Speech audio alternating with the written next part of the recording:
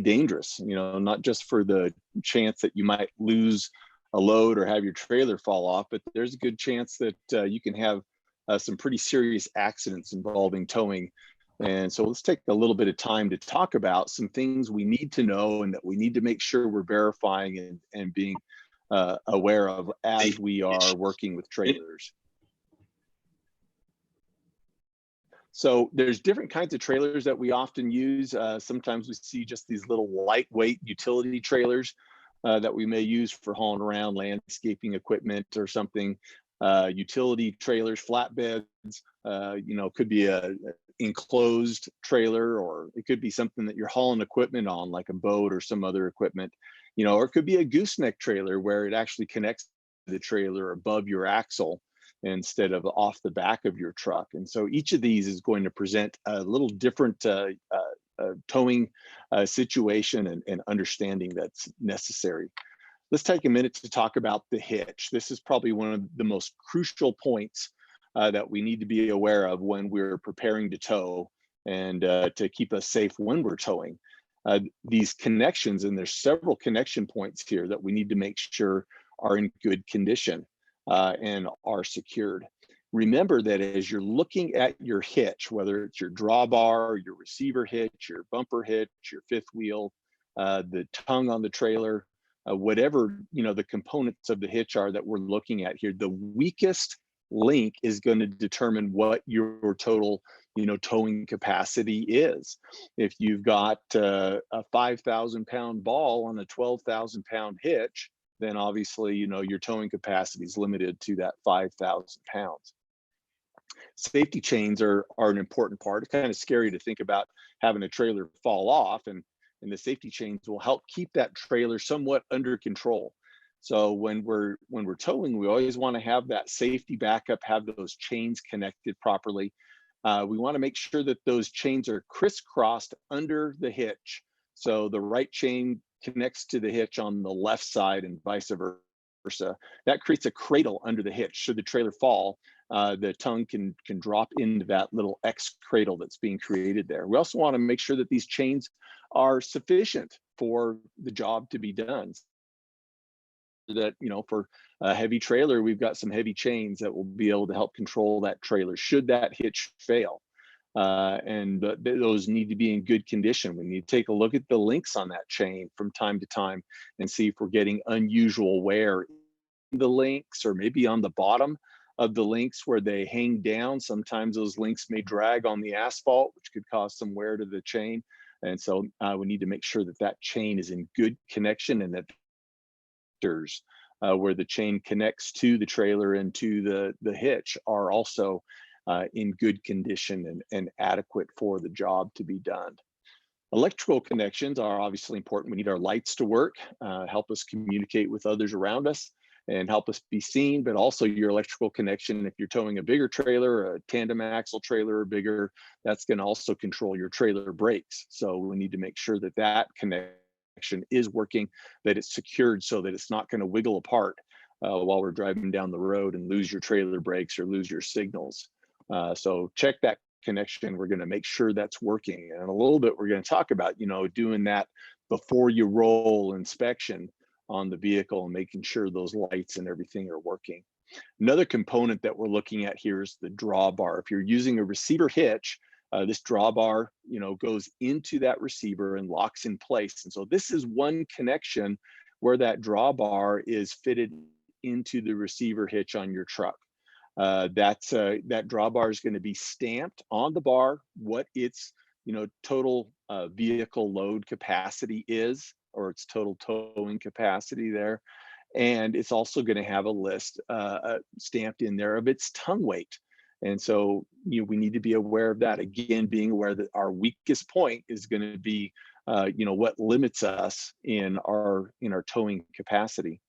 That drawbar is connected to the receiver with the pin, a locking pin that goes through the receiver through that hole on the drawbar, and we need to make sure that that clip is in place on the other end so that pin doesn't come out. Then we're looking at the coupler on the end of your trailer tongue. This is extremely important that we verify that the size of the coupler matches the size of the ball that we're using. If you have a 2-inch ball on your receiver hitch and you've got a 2 7/8 inch coupler, it'll fit down on there. It'll drop onto the ball, and you'll be able to lock that the cam lock in place, but it won't be small enough to make sure that it can't fall off that ball. And so you could drive away and tow around that trailer with that mismatched size and think you're fine until you hit a big bump and that tongue will pop off that ball that's too small. So make sure that you've got the same size coupler as ball as far as that circumference of that ball, or the diameter of that ball.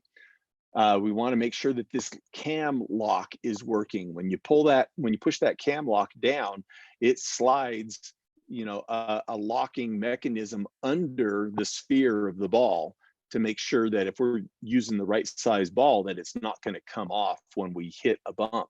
And that cam lock, sometimes, we may not be sure that it actually locked in place, or it could get jiggled loose. So it's also important to put an extra locking clip through that hole in that cam lock to make sure that it doesn't accidentally become unlocked, and make sure it stays that way as we're going along.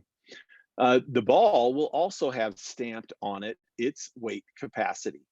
And you could have a ball that's the same size but has a different, gross vehicle weight capacity on it, because the size of the shank could be different, even though the size of the ball is the same. So we need to make sure that we have, a hitch that will handle the weight, the coupler will handle the weight, that the ball handles the same weight or more. And just remember that if you're using a 5,000-pound ball with a class 5 12,000-pound hitch, we still are limited to 5,000 pounds. So make sure that that is also the proper size and matching the rest of the equipment. The receiver hitch can be various sizes. There's basically a class 1 to class 5 receiver hitch that usually will mount to the frame of the truck, underneath the back bumper or through the back bumper. And these hitches are very secure because they do attach directly to the frame, not just to the bumper of the vehicle. A class 1 receiver hitch will handle about 2,000 pounds. Class 5 will handle about 12,000 pounds. And you'll see some of them have a smaller size tube in there. And the class 1 and class 2 will have a 1¼ inch tube. The class 3 will have a 2-inch tube, and the class 4 and 5 will have a 2½ inch tube. It's important to remember just the size of that tube does not determine, whether you've got a class 1 or class 2 or a class 4 or class 5. You need to make sure you check what the capacity is of that hitch to make sure it's adequate for the job that you're going to be doing. So check that tag or the stamp that may be on that hitch. If it's original equipment for your truck, you can probably find some information on it in your owner's manual as well. But be aware that not all receiver hitches, not all receiver hitch are the same. And we need to make sure we know what we're using there. So check that the manufacturer tag on the trailer too, for what its gross vehicle weight is, what its total load capacity is. You want to know what the empty weight is of your trailer, so that as you're loading it, you know what the total weight of your trailer is. If you know what you've added to that trailer, those are important information to have. Make sure that you know how much you can carry on there. Overloading the trailer can cause damage to the trailer. It can cause damage to your hitch, and it can result in severe accidents that we want to make sure that we can avoid. When you're loading the trailer, we want that trailer to be level. We want it to stay fairly level, and we want the load to be fairly evenly distributed with a little more weight on the front than on the back. So a good rule of thumb is that you want about 10% of the total weight of the trailer on the tongue, on the vehicle. And if that's too much weight for the vehicle, we may be using the wrong vehicle to tow that trailer. And that's an important thing to remember. There's a lot of contributing factors to potential accidents and losing control of a trailer. And it could be, something wrong with the trailer, something insufficient with the vehicle, or something with the hitching system that's not adequate. And so we need to make sure all of these components come together.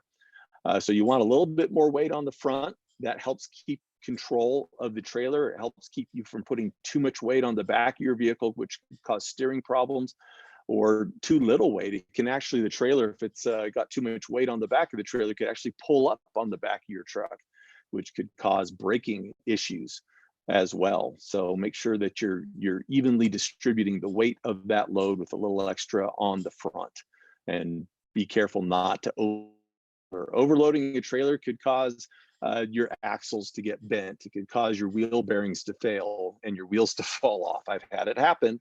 Might sound kind of crazy, but I've been there. It can also cause cracks to the frame or to the tongue. And so for the trailer itself, you could also break the floor of the trailer. So it's important not to overload that trailer. But then also it comes into play as our hitch. If we're overloading the trailer, we could be putting too much weight on the hitch, and the hitch itself could fail. Again, I've had it and seen it happen. And so you want to be very careful, make sure you're doing that right. And you can also cause damage to the vehicle as well, by overloading the trailer and the vehicle consequently.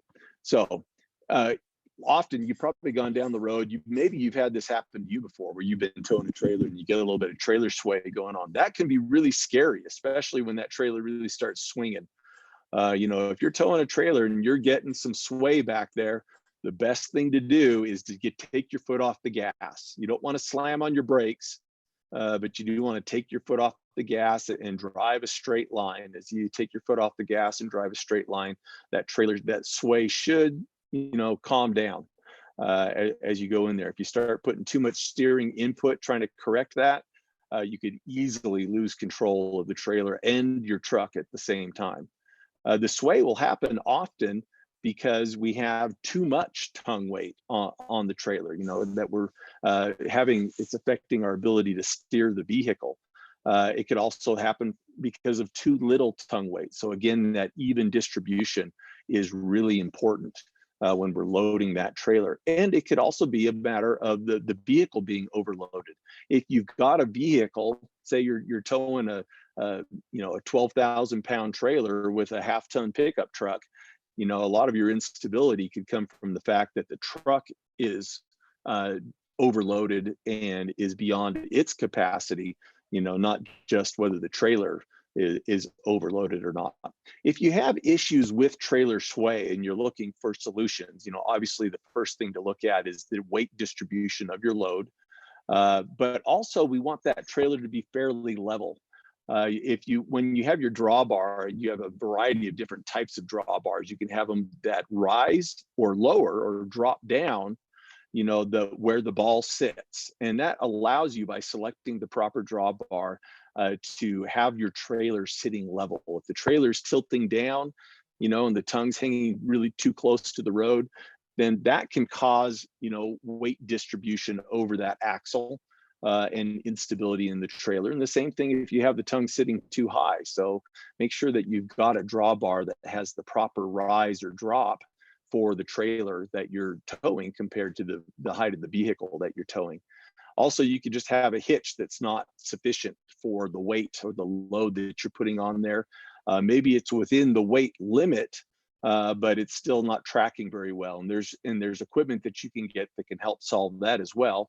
Here's a picture of some weight distribution sway control bars that can attach to the tongue of the trailer in a triangular shape that will help stabilize that trailer. And if you're really looking for something stable, and if you've got that trailer just you're having too much trouble, it's not handling the load, it's not tracking well, then maybe you need to look at a fifth wheel or a gooseneck trailer.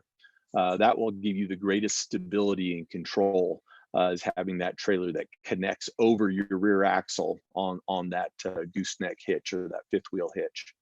It's also really important to make sure that we take a look at the load and make sure it's secure. A shifting load could cause changes in the weight distribution on the trailer, which could cause the trailer to start to sway and you could lose control of it, but you could also lose the load too. which is a hazard for other drivers on the road and a huge potential liability. And we do see those claims that come in from time to time where, loads shift and loads, come off of a trailer or a truck, and we wind up being responsible for damage that happens. So make sure that you can secure that load properly, whether, and depending on what the load is going to depend on what kind of tie downs you need to be using, or chains. If you're using an equipment hauler, flatbed, and you've got a backhoe or some other equipment on there, we need to make sure that each axle is chained and secured, as well as the implements that are attached. So the bucket, the backhoe, we need to make sure that all those are secure in their position on the trailer and that they can't move, because any shifting could cause, some serious hazards as you're going down the road there. We want to always make sure our lights are working. So, that's something we're going to do before we roll. I'm going to talk to you about a pre-trip inspection that you should be doing here in just a second. But lights are pretty crucial for safety, especially if you're towing at night, but really anytime. We need to have proper communication with other drivers on the road. Most trailers are going to block drivers' view of your taillights on the truck. And that load is a lot farther behind the back of your truck than your taillights are. So we need to make sure those lights are working properly. Turn signals, brake lights, hazards, and running lights as well. We need to make sure that here's another component that needs to match the capacity of the vehicle, and that's the wheels and tires. And especially if you've changed the wheels and tires from the original equipment on your trailer, we need to verify that the wheels are sufficient for the load capacity. If you've got a 12,000 pound, total gross vehicle weight rated trailer, it's got tandem axles, 4 wheels, you need to have wheels and tires that can handle at least 3,000 pounds apiece. And so we need to make sure that we got the right wheels and that we got tires with the proper load rating. Most trailer tires are going to be load rated C or D, which is equivalent to a 6 or 8 ply tire in old speak. But you may even need, like on a real heavy trailer, E rated tires or higher. So make sure you have the appropriate tires. If those tires or those wheels fail under your load, then obviously, we're not going anywhere. The tires load capacity is going to depend on how much air you have in it. If those tires are underinflated, then they're not going to be able to handle as heavy of a load. And if they squat down too far, then as they roll, they generate a lot of heat in that sidewall because of the load that's on them. And if they're not properly inflated, and that tire could fail on you. And so it's important to make sure those trailer tires are inflated to the recommended PSI. Generally on trailers, that's going to be, whatever the maximum PSI is for that trailer. We want to have that PSI in the tire to make sure that it matches and can carry that load without a failure. So before we roll, before we head out of the yard with the trailer attached, we want to make sure that we check and make sure we're safe to roll. We strongly recommend a pre-trip inspection that's documented. If you document this every time, there's no question about whether you've taken the steps to make sure you're safe when you leave that yard. And that's whether, we're just trying to make sure that we're safe, or whether, we're, prepared to cover ourselves if someone accuses us of not taking these steps. So the documentation can be very important for us. As you can see on this sample form here, if you can see it, we need to check our electrical connection. We need to check those safety chains, make sure they're in good condition and they're not worn. We need to check the condition of the trailer tongue and any bolts or welds on the tongue. Look for cracks or loose hardware. We need to check and make sure those lights are operating. So turn your hazards on, actuate your turn signals and your brakes, and turn on your running lights and check and make sure that all those lights are working properly before you roll. Make sure that tongue jack is fully retracted or stowed. Some of them can tip up out of the way. Some of them are stationary, but make sure you crank it all the way up, because you go through a dip or a gutter or something, and that jack's going to drag on the ground and cause some damage if it's not fully retracted. We want to make sure that the doors and gates are closed and locked. There's nothing worse than going down the freeway and looking in your mirror and seeing your tailgate on the trailer swinging around. And that could be a hazard for others on the road. It could cause us to lose a load, and it's dangerous. So we need to make sure those doors are secured. Your fenders need to be secured too. If you've got a trailer that has exterior fenders, those are generally just riveted onto the body and frame of the trailer, and they can come loose if they get knocked around. And so make sure that your fenders are secure, that they're not loose, that they're tight to the trailer. And then take a look at your tires. Trailers are kind of one of those things, because of infrequent use, or even if we use them all the time, just because they don't have the same kind of wear and tear on them that a motor vehicle has. Tires sometimes will last years and years, even decades on a trailer. And we think that if the tread's good, we're okay.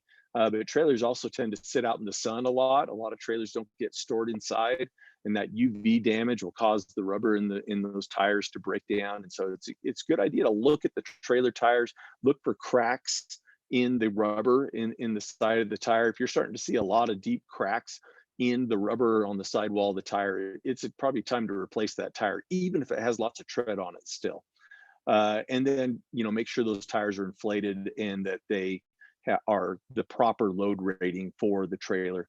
We want to make sure that the wheels are in good condition, that they aren't bent or cracked as well. Make sure your lug nuts are all there. A good idea to check the torque on those from time to time. And a good idea also to maybe just take a peek under the trailer from time to time, make sure that there aren't any cracks in the welds or in the frame anywhere. We also want to check those axles. They can get bent. When the axles get bent, then it changes the geometry of the wheels, and then the wheels and the tires will wear out on the insides a lot faster. And so if you see your trailer tires wearing out on the inside, it's a good indication you've probably been overloading that trailer and the axles are damaged. And so take a look, not just on the outer edge of the tire, but look to the inside of the tire as well. And we also want to make sure that you check those brakes. So once you're all hooked up and ready to roll, and you're rolling through the yard or the parking lot at a very slow speed, actuate your trailer brake controller and make sure that those brakes are working, and that your controller is set to the appropriate setting for the weight of the trailer. When the trailer's empty, you could easily have your trailer brakes just locking up on you if you've got too much gain on that controller.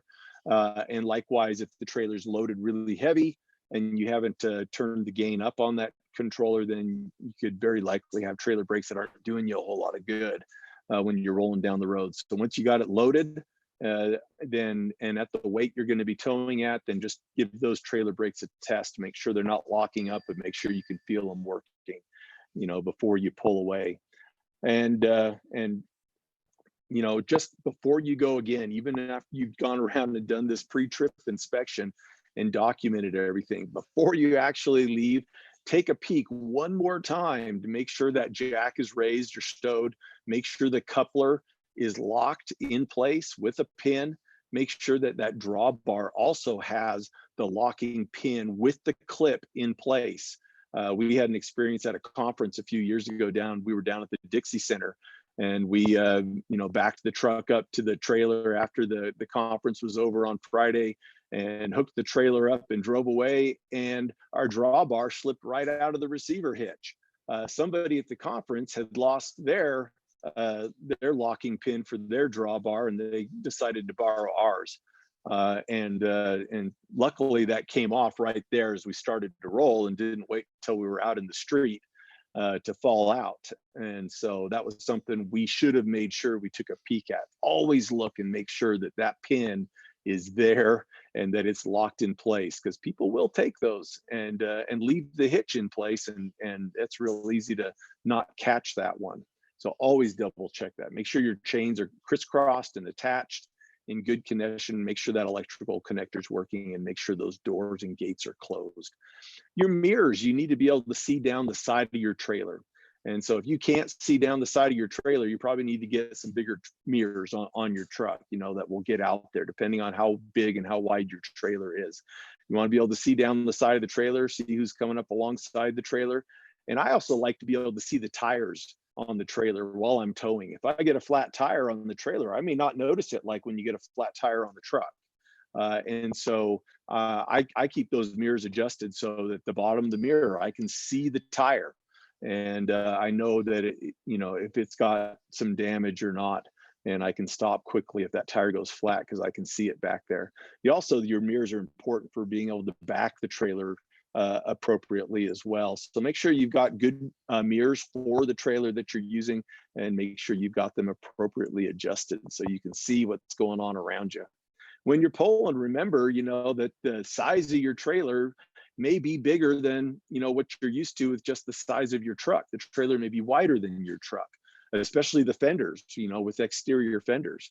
And the trailer may be taller than your truck too. So once you hook it up, your overall size of vehicle has just gotten longer, maybe wider, and maybe taller as well.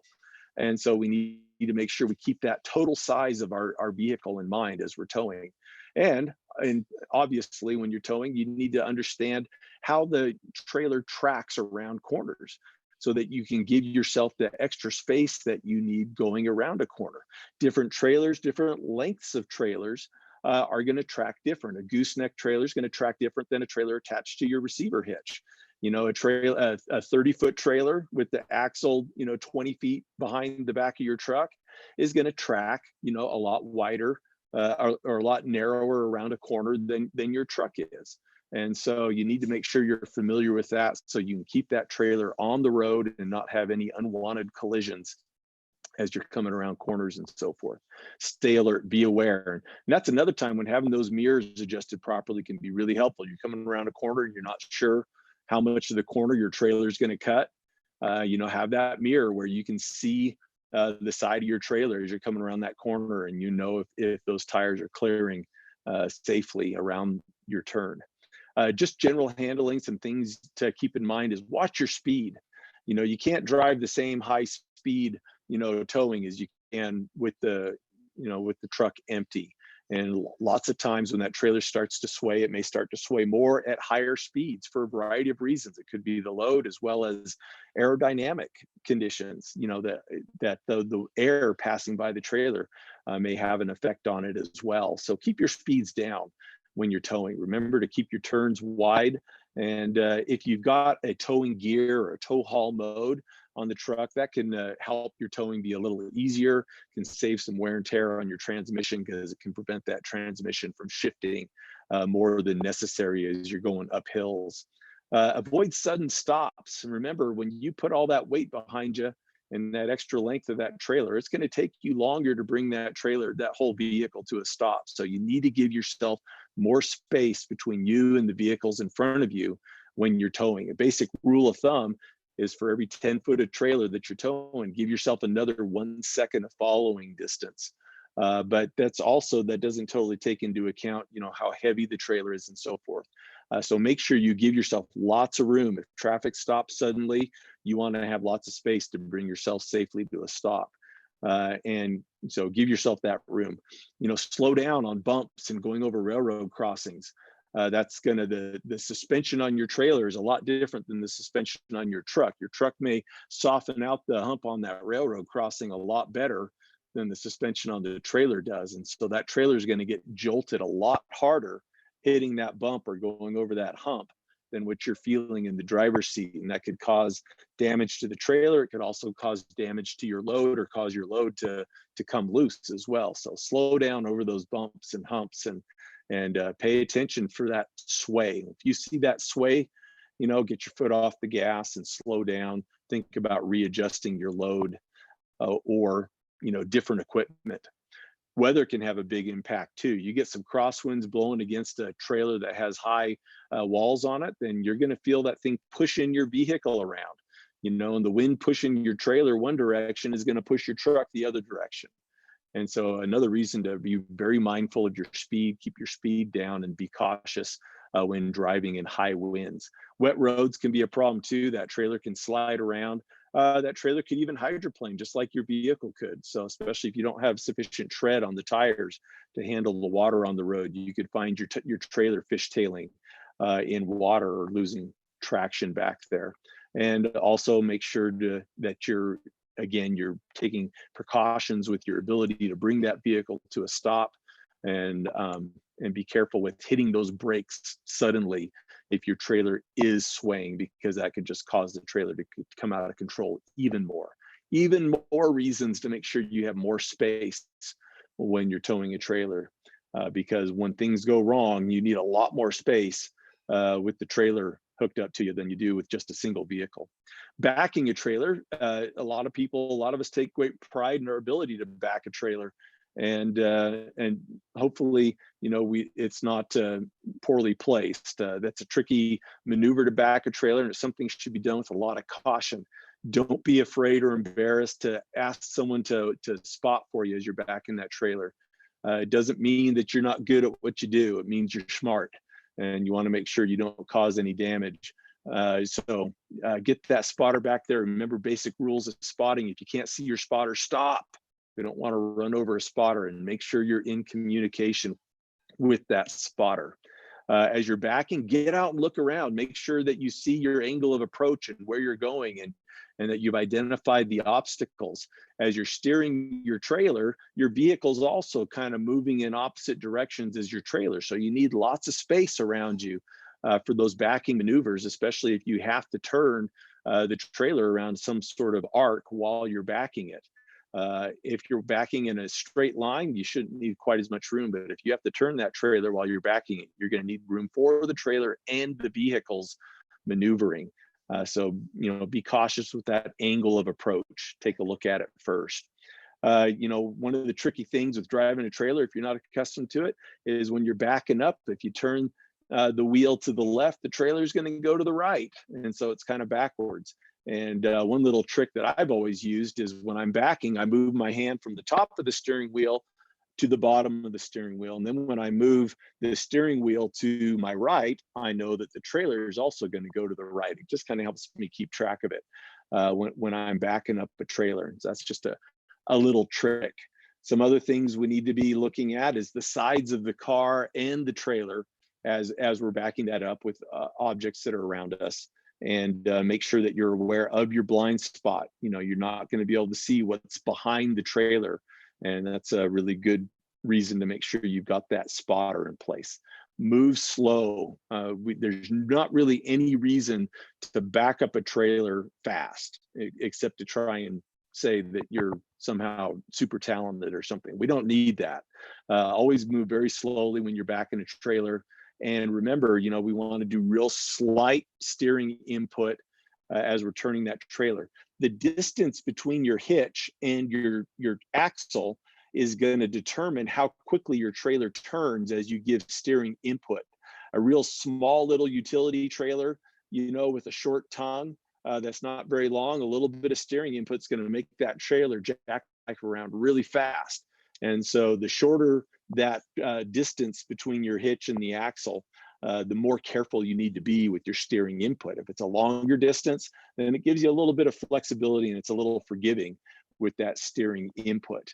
Make sure you can see where the trailer's going. Adjust your mirror so you can see the trailer as you're backing up and see where it's going. I like to be able to, again, keep my eyes on the tires of the trailer while I'm backing up, as well as the sides and to the back, so that I know what I'm potentially coming into contact with. Line up the trailer with the direction you want to get it going from the get-go. So maneuver that trailer, align it if you can, so you can hopefully just try and back up in a straight line.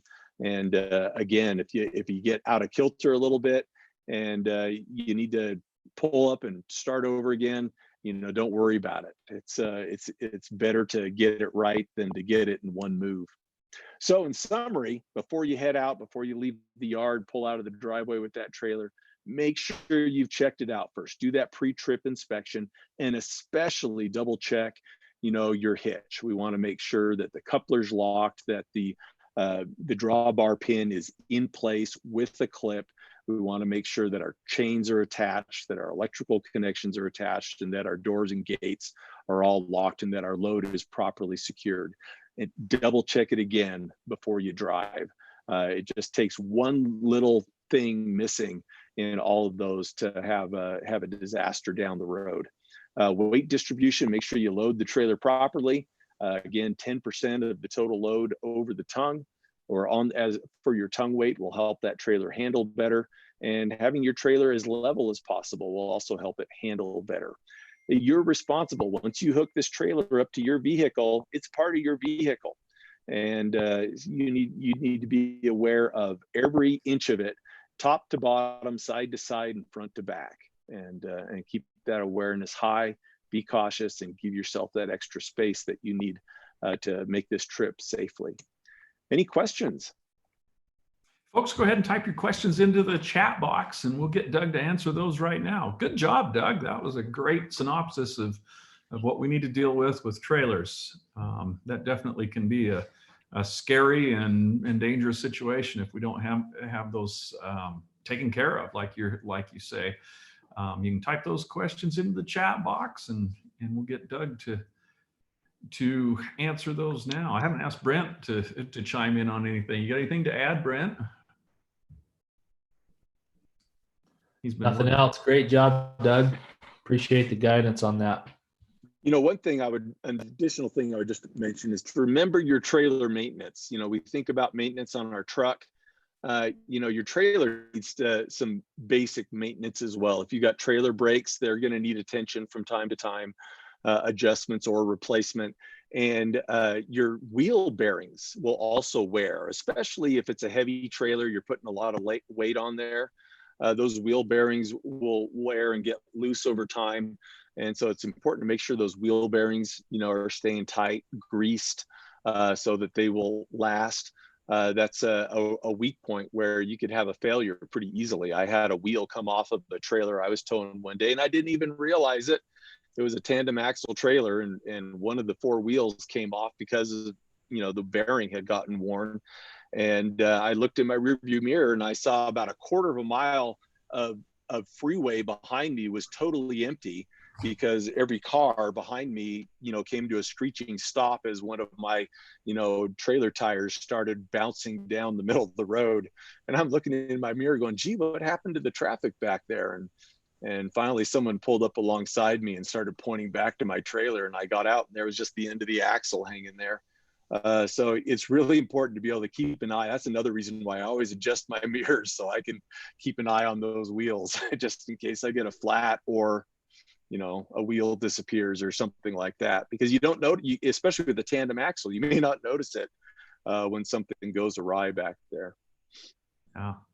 All right, Doug, I'm not seeing any questions coming in, so we can wrap up for this session. Just a reminder that we're actually going to start right into the next webinar here. I'll open up the meeting just here in a minute, and that will be on bleachers and grandstands, safety and risk management. If you'd like to watch that webinar and you haven't signed up, you don't have the link, send me an email right now to jason@utahtrust.gov, and I will get you the link out there. I'm going to run that poll just one more time. Folks, if you guys don't mind answering this question, we're trying to figure out everything about using Zoom for this. So here's a quick poll questions. Did you receive a calendar invitation for this webinar? We were not able to see that anybody had accepted the calendar invitation, and so we weren't sure whether people actually received that or not. So just a quick poll if you don't mind taking a second and answering that. And what it does is it doesn't really clear up anything, does it, Doug? Because we're at 50%, 50-50. Yeah, 50-50. You know, and it could be the software, whatever calendar software they're using, may not be compatible or. Yeah, absolutely. All right, folks, thank you so much. We appreciate your attendance. Doug, final word? Just go out there and be safe. Just make sure, and especially when you're towing a trailer, double check everything and check it every time you stop and make sure it's all together. Have a safe day. Thanks. Good job. Stop recording.